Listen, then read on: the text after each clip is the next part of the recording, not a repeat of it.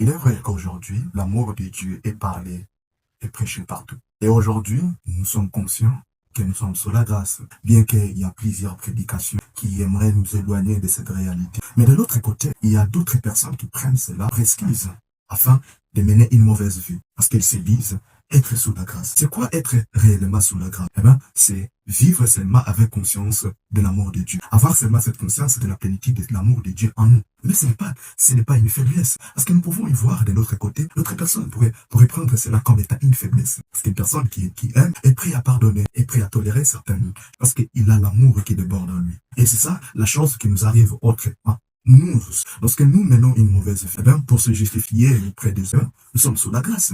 Il y a l'amour de Dieu. Dieu va certainement nous pardonner. Le pardon de Dieu est là et il va nous pardonner. Mais je vais vous dire, les conséquences du péché a été liées au péché. Ce n'est pas veut dire que lorsque vous subissez des choses ou soit des événements qui peuvent arriver dans votre vie et que vous pouvez dire, c'est Dieu qui nous punit. Non, Dieu ne vous punit pas. Dieu a seulement scellé les conséquences du péché. Les conséquences au péché, c'est-à-dire, je vais expliquer pour dire, une personne qui fume du tabac, des cigarettes pendant de longues années et qu'il arrive à un moment, il reçoit Jésus-Christ comme Seigneur et Sauveur dans sa vie. Ce qui veut dire que la personne sera sauvée. Hein? Il va subir les conséquences de l'effet de fumer. Ses appareils digestifs seront endommagés. Et que s'il ne suit pas de traitement médical, il ne va pas vivre une bonne santé. Il va mourir peut-être. Vous voyez? Donc, les conséquences sont liées au péché, mais le pardon est là. Et le pardon n'enlève pas les conséquences du péché. Je ne limite pas la puissance de Dieu. Je suis tout simplement en train de dire, si vous vous laissez vivre dans les péchés, en disant que je suis sous la grâce, ce qui veut dire que vous allez sur les conséquences de ce que vous êtes en train de faire. Et ne prenez pas aussi excuse des péchés parce que vous êtes sous la grâce. Je viens de dire ici, la grâce, c'est vivre pleinement l'amour de Dieu. Avoir conscience que